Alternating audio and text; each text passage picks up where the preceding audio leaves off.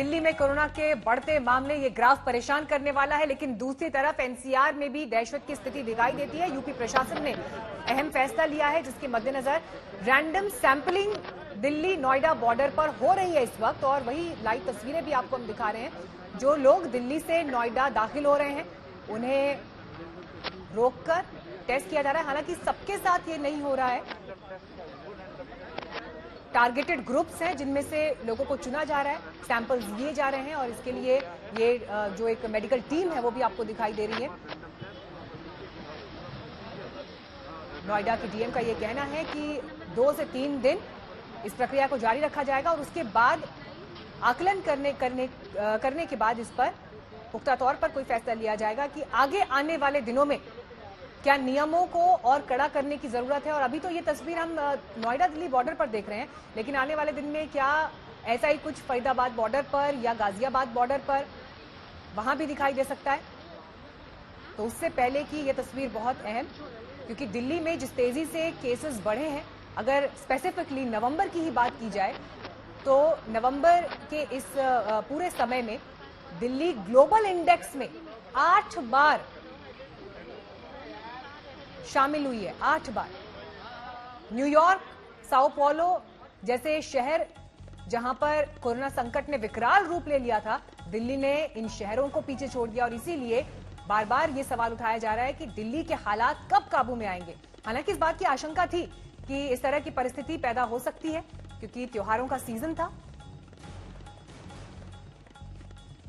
और इस वक्त सारी निगाहें इस बात पर टिकी हैं कि प्रशासनिक अमला क्या फैसला लेता है। इस बीच आप सुनिए दिल्ली के मुख्यमंत्री अरविंद केजरीवाल और केंद्रीय स्वास्थ्य मंत्री डॉक्टर हर्षवर्धन ने क्या संकेत दिए। कि 200 तक लोगों के शामिल होना अलाउ किया गया था। उस ऑर्डर को विड्रॉ करने के लिए आज निर्णय लिया गया है कि 200 से वापस 50 लोगों को, शादियों में केवल 200 से 50 लोग अलाउड होंगे। और ये निर्णय मैंने एलजी साहब की अप्रूवल के लिए सुबह भेजा है। मैं उम्मीद करता हूं कि उनकी जल्दी अप्रूवल आ जाएगी।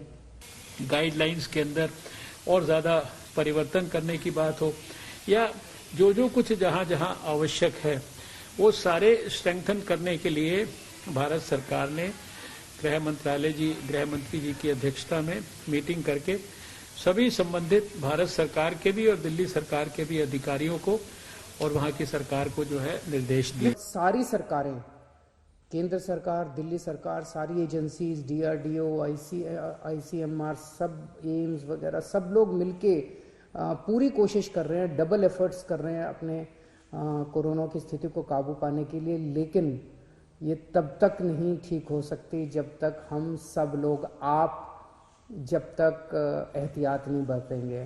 ये सच्चाई है कि दिल्ली के अंदर जो है, जब देश में केसेस का डिक्लाइन हो रहा था तो दिल्ली में केसेस जो है वो उनका सर्ज हो रहा था। और उस नाते ये प्रोएक्टिव इंटरवेंशन जो है ये आवश्यक था, वो भारत सरकार ने किया है।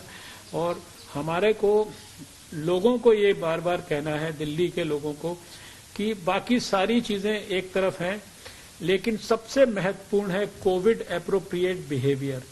किसी भी कीमत पर मास्क को मत भूलिए। एक प्रस्ताव केंद्र सरकार को भेजा जा रहा है कि केंद्र सरकार ने पिछली बार जो गाइडलाइंस जारी किए थे उसमें उन्होंने कहा था कि कोई भी राज्य सरकार अगर किसी भी लोकल लेवल पे, छोटे लेवल पे भी अगर कहीं कोई लॉकडाउन लगाना चाहती है तो उसे केंद्र सरकार की परमिशन लेनी पड़ेगी।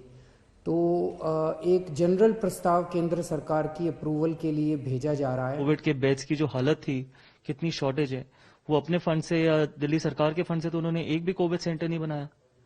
हमने जो 60 बेड का कोविड सेंटर बनाया भी था उसकी भी अभी 6 महीने से आज तक उन्होंने परमिशन नहीं दी है गरीब लोगों के लिए। सिर्फ एक टाई अप करवाना था उनको हॉस्पिटल से और उन्होंने वो भी नहीं कराया। आज वहां पर जो 20-25 लाख हमने अपनी जेब से खर्च किया था वो वैसे ही बर्बाद हो चुका है वहां पर। तो इस तरीके की राजनीति करना चाहते हैं और इस तरीके से दिल्ली का मसीहा बनना चाहते हैं वो।